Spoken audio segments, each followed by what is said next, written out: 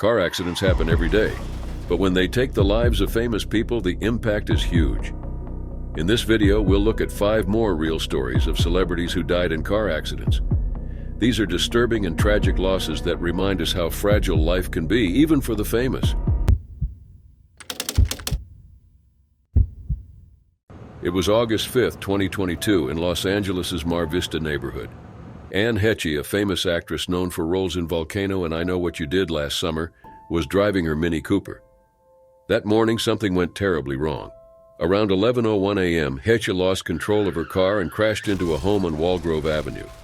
The impact was intense, and the car immediately caught fire. Witnesses said she was speeding at around 80 miles per hour in a 25-mile-per-hour zone. The house was heavily damaged, and the flames consumed both the car and Heche, trapping her inside. Emergency responders arrived quickly but struggled with the fire and the structural damage. It took firefighters about 30 minutes to rescue Heche from the burning vehicle, during which time she inhaled a large amount of smoke. Heche was critically injured and taken to the hospital, eventually being transferred to the Grossman Burn Center in West Hills. She suffered severe second-degree burns on 12% of her body, including her face, neck, shoulders, and chest, along with first-degree burns on 40% of her body. She also fractured her sternum, adding to her pain and critical condition. Medical teams worked tirelessly to save her, performing skin grafts on her neck, torso, and limbs. Despite their efforts, Heche never regained consciousness. She was placed on life support, but her condition did not improve. On August 11th, 6 days after the crash, Heche was declared brain dead, which is considered legal death in California. Her heart continued to beat as she remained on life support for organ donation, fulfilling a wish she had long expressed. Her family honored this desire through the One Legacy Foundation. Heche's oldest son, Homer, who was 20, shared his grief in a statement. "My brother Atlas and I lost our mom. After 6 days of almost unbearable emotional swings, I am left with a deep sadness. Hopefully my mom is free from pain now." He also thanked friends, family, and fans for their support during that difficult time. Hollywood was stunned by Heche's death, and tributes poured in from colleagues and fans. Ellen DeGeneres, Heche's former partner, expressed her sorrow, tweeting, "This is a sad day. I'm sending Anne's children, family, and friends all of my love." Actress Patricia Arquette also honored Heche, saying, "Rest in peace now, Anne. She was a wildly talented actress who endured more pain than anyone should have to." The investigation into the crash revealed that Heche died from inhalation and thermal injuries, as well as a fractured sternum from the collision. Although toxicology tests showed traces of certain controlled substances in her system, it was confirmed that one of the substances had been administered in the hospital for pain relief. The coroner determined that Heche was not under the influence at the time of the accident. Anne Heche's death was officially ruled an accident. Despite the quick response of emergency crews, the intensity of the fire and the structural damage delayed her rescue, leading to her tragic end. Heche's career spanned decades, with her rise to fame beginning in the late 80s and 90s through roles in the soap opera Another World and movies like Wag the Dog and 6 Days, 7 Nights. Her performance in the 2004 film Gracie's Choice earned her critical acclaim and a Primetime Emmy nomination. She also received a Tony Award nomination for her role in 20th Century on Broadway. Beyond her acting, Heche was known for her courage in standing up for her beliefs. Her relationship with Ellen DeGeneres in the late 90s was groundbreaking at a time when same-gender relationships were not widely accepted in Hollywood. She faced backlash for her decision, including the loss of a major studio contract, but remained committed to her principles. Heche's personal life had its struggles. She married Coleman Coley LaFoon in 2001, and they had a son named Homer. After their divorce in 2009, she had another son, Atlas, with actor James Tupper. Despite her challenges, Heche was a devoted mother. Anne Heche's legacy endures through her films and the impact she had on those who knew her. She will be remembered for her talent, her bravery, and her desire to spread love and kindness.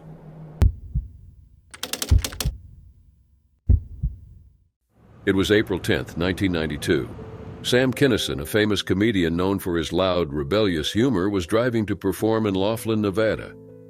Recently, Sam had made significant life changes, including marrying Malika Suiri, a 26-year-old dancer, and finding sobriety. The drive should have been routine, but it would end tragically. Sam had built a career as a wild, boundary-pushing comedian, but recently he had been trying to live a calmer life. He had just returned from his honeymoon and was excited for the future. That night, he was driving his white Pontiac Turbo Trans Am from his home in California toward Nevada, cruising down the desert highway. Meanwhile, a group of teenagers was joyriding in a Chevrolet pickup truck. The driver, 17-year-old Troy Pearson, had been drinking. The truck was full of beer cans, and they were recklessly speeding on U.S. Highway 95, swerving into oncoming traffic. Just 30 miles from Sam's destination, the truck swerved into his lane. Sam had no time to react, and the crash was head-on. The collision crushed both vehicles. Sam's friends following behind him witnessed the entire incident. At first, Sam appeared to be all right. He had minor cuts and managed to get out of his wrecked car. His friends rushed over and tried to convince him to lie down, but Sam seemed dazed. He began walking around and talking as if he were speaking to someone who wasn't there. His longtime friend Carl Labov held Sam's head, trying to comfort him. "I don't want to die," Sam repeated, his voice filled with fear. Then his tone shifted to confusion, asking, "But why?" Finally, his voice softened, as if he was accepting something, saying, "Okay. A moment later, Sam collapsed. Though Sam initially appeared fine, he had suffered severe internal injuries from the crash. His head had struck the windshield and he wasn't wearing a seatbelt. An autopsy later revealed major injuries, including a torn aorta and a dislocated spine. The damage was fatal, and Sam died soon after. Sam's wife, Malika, survived with only minor injuries. She was treated at a hospital and released the next day, but the emotional toll of the accident was overwhelming. The crash occurred on a remote stretch of highway near Needles, California, about 75 miles from Las Vegas. The desolate area was covered with gravel and weeds, and attempts to mark the site with a memorial were repeatedly thwarted as the markers kept being stolen. Troy Pearson, the driver of the truck, was charged with vehicular manslaughter due to gross negligence. He pled guilty and received probation, 300 hours of community service, and had his license suspended for 2 years. He now lives in Las Vegas. The news of Sam Kinison's death shocked his fans and the comedy world. Sam had built a reputation for his wild lifestyle and loud, controversial comedy. But his final moments revealed a vulnerability that few had ever seen. After surviving so many reckless experiences in his life, his death in this accident seemed especially tragic. Sam's career had been a whirlwind of success and excess. He became famous in the 1980s for his brash, outspoken humor. He appeared on television, released comedy albums, and performed to sold-out audiences. But behind the scenes, Sam had personal struggles, especially with addiction, which affected both his career and health. Born in Yakima, Washington in 1953, Sam was the son of 2 evangelical preachers. For a time, he followed in their footsteps, becoming a Pentecostal preacher himself. After a failed marriage and a crisis of faith, Sam left the ministry and turned to comedy. His intense theatrical style on stage reflected his background as a preacher. Sam's big break came in 1985 when he appeared on HBO's Young Comedian special. This launched his career, making him known for his loud, bold comedy. But as his fame grew, so did his personal struggles. By 1992, Sam was trying to get his life back on track. He had cut back on drinking and substance use and was focused on rebuilding his career. He had signed a 2-movie deal and was in talks for a variety show with Fox. His marriage to Malika represented a fresh start. Sadly, just as he was turning his life around, the accident cut his future short. Sam's death was a significant loss for the comedy world. He was buried in Tulsa, Oklahoma, where his gravestone reads, "In another time and place, he would have been called a prophet."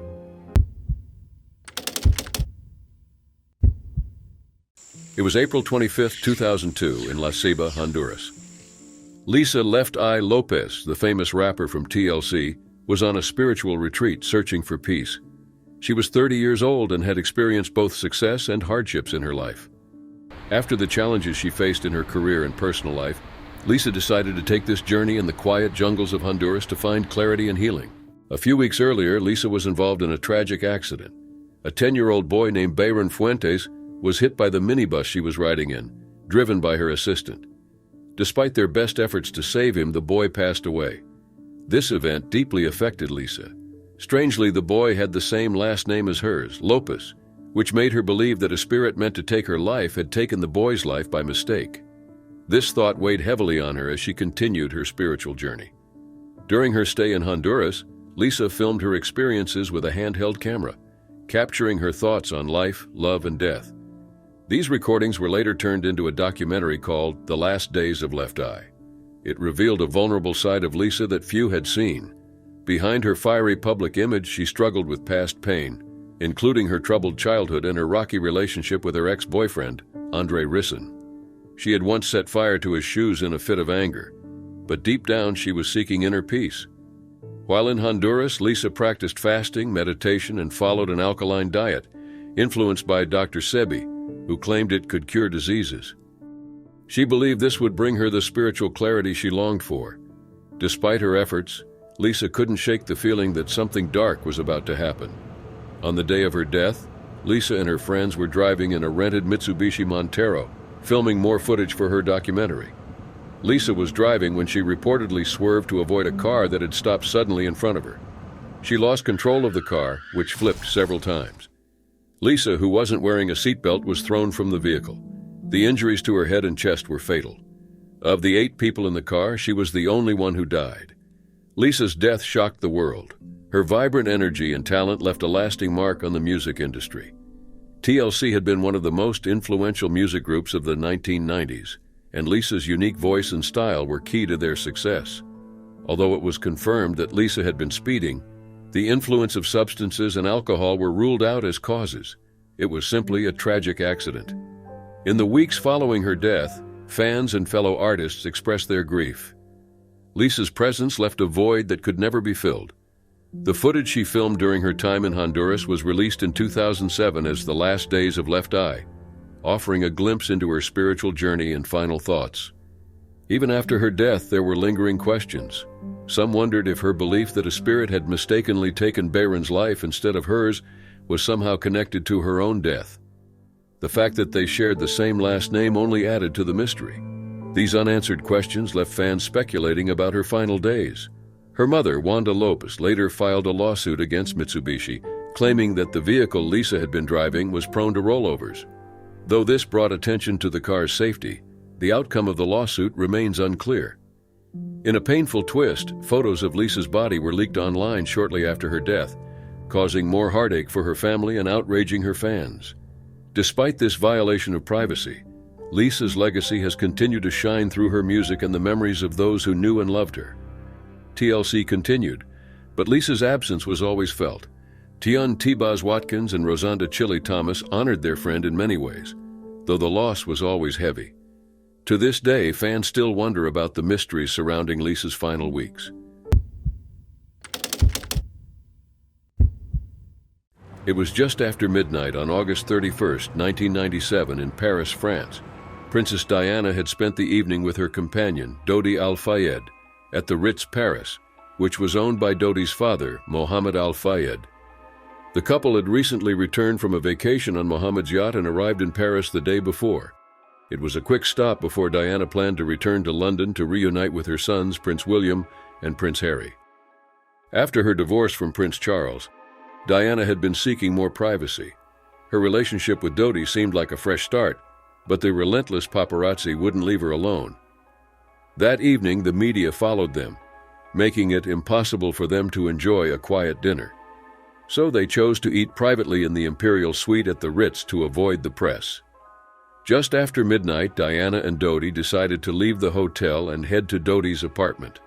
They hoped to avoid the paparazzi by sneaking out through the back exit. Henry Paul, the hotel's head of security, drove the black Mercedes S280. The plan was to leave unnoticed, but it quickly unraveled. Henry Paul, who was later found to have alcohol in his system, sped off with Diana, Dodi, and their bodyguard, Trevor Rees-Jones. Only Rees-Jones wore a seatbelt, a small decision that would have major consequences. As they drove through Paris, the paparazzi continued to chase them. Henri Paul increased the car's speed to outrun them, reaching dangerously high speeds. At around 12:25 a.m., the vehicle entered the Pont de l'Alma tunnel at about 121 miles per hour. The car lost control, slammed into a concrete pillar, flipped, and came to a stop. A passing French doctor, Dr. Frédéric Mailliez, saw the crash and immediately stopped to help. The scene was horrifying. Diana was still alive but unconscious, while Rhys Jones was injured but conscious. Dr. Mailliez used a respiratory bag to help Diana breathe as emergency services arrived. By 12:40 a.m., it was clear that both Henry Paul and Dodi Al-Fayed had died at the scene. Despite the tragedy, the paparazzi continued taking pictures of the wreckage. 7 of them were later arrested for their involvement. Sergeant Xavier Gourmelon, one of the first responders, recalled hearing Princess Diana's final words, "My God, what's happened?" After being freed from the wreck, she suffered cardiac arrest. Gourmelon performed CPR, reviving her briefly, but her condition was critical. At 2 a.m., Diana was rushed to Pitié-Salpêtrière Hospital. Despite hours of surgery, her injuries were too severe. She had suffered major internal damage, including a tear in her pulmonary vein. At 4 a.m., Diana was pronounced dead at the age of 36. The news of Diana's death shocked the world. By 6 a.m., Dr. Alain Pavy, head of cardiology at the hospital, confirmed her passing during a press conference. Millions around the globe were devastated by the sudden loss of such a beloved figure. Prince Charles, along with Diana's sisters, flew to Paris to bring her body back to London. It was a heartbreaking moment, especially for her sons, William and Harry, who were just 15 and 12 years old at the time. In the aftermath, many questioned if Diana had been adequately protected. After her divorce, she had requested reduced security for more privacy, which lowered the level of protection she once had. Some wondered if the outcome might have been different if her security had remained the same. The crash also fueled conspiracy theories, with some questioning if it was truly an accident. However, a British investigation, Operation Paget, later concluded that the crash was caused by reckless driving and the paparazzi's pursuit, with Henry Paul's intoxication playing a significant role. Despite the official findings, many still wonder, what if Diana had worn her seatbelt? What if they hadn't left the Ritz that night? What if Henry Paul had been sober? These lingering questions continue to haunt those who mourn her loss.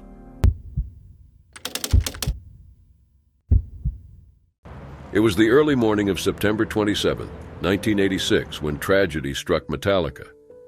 The band was in Sweden, touring Europe after the success of their third album, Master of Puppets. At just 24 years old, their bassist, Cliff Burton, had already made a significant impact on the heavy metal scene. Many believed his talent would help the band reach new heights, but fate had other plans. Metallica was at a peak in their career. Master of Puppets had gone gold, and fans were captivated by the band's aggressive style. A lot of their success was credited to Burton, whose unique bass playing added depth to their sound. He pushed the limits of what a bassist could do, using distortion and effects to bring a new dimension to their music. Cliff was seen as a genius, someone who would keep driving the band creatively, but his life was cut short. After a show, the band boarded their tour bus, traveling from Sweden to Copenhagen. Tired from constant touring, the members went to their bunks to rest. Cliff Burton and guitarist Kirk Hammett played cards to decide who would sleep in the best bunk. Burton drew the ace of spades, winning the spot, and Hammett took another bunk without knowing how significant this moment would become. Around 7 a.m., disaster struck. The bus lost control and slid off the road. The driver claimed they hit black ice, causing the vehicle to flip over. Burton, who was asleep in his top bunk, was thrown through the window, and the bus landed on him, killing him instantly. The band was devastated. Frontman James Hetfield searched the area for the black ice the driver mentioned, but found nothing, which raised suspicions. To this day, the band questions whether black ice was really to blame, or if the driver's fatigue or another issue caused the accident. The scene was horrifying. Kirk Hammett remembers the crew's screams and the sight of Burton trapped under the bus. Efforts to free him were unsuccessful. A crane was brought in to lift the bus, but it slipped, dropping the vehicle back onto Burton's body. Whether Cliff died in the first or second impact is unknown, but either way, he was gone. The accident left Metallica shattered. Hetfield was filled with anger, questioning the driver and even walking miles in the cold, trying to make sense of what happened. Hammett spent the first day in denial, unable to accept the reality of losing his friend. When the band returned home, the grief hit them even harder. Cliff was more than just a bassist. He was a key figure in the band's creative direction and a close friend. News of Cliff Burton's death shocked the metal world, At just 24, he had already become a legend.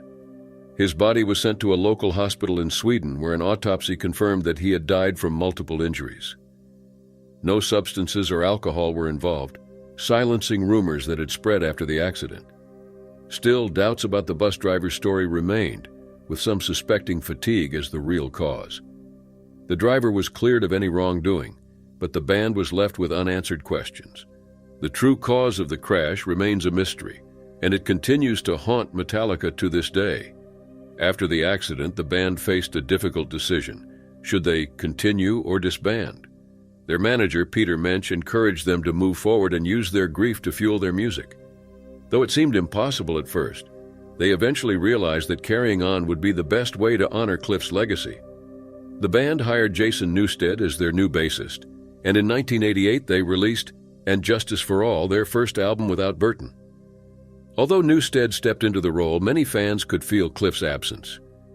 Tracks like To Live Is to Die and Orion served as tributes to him, ensuring his influence remained a part of Metallica's sound. Though Metallica went on to achieve more success, they were never quite the same.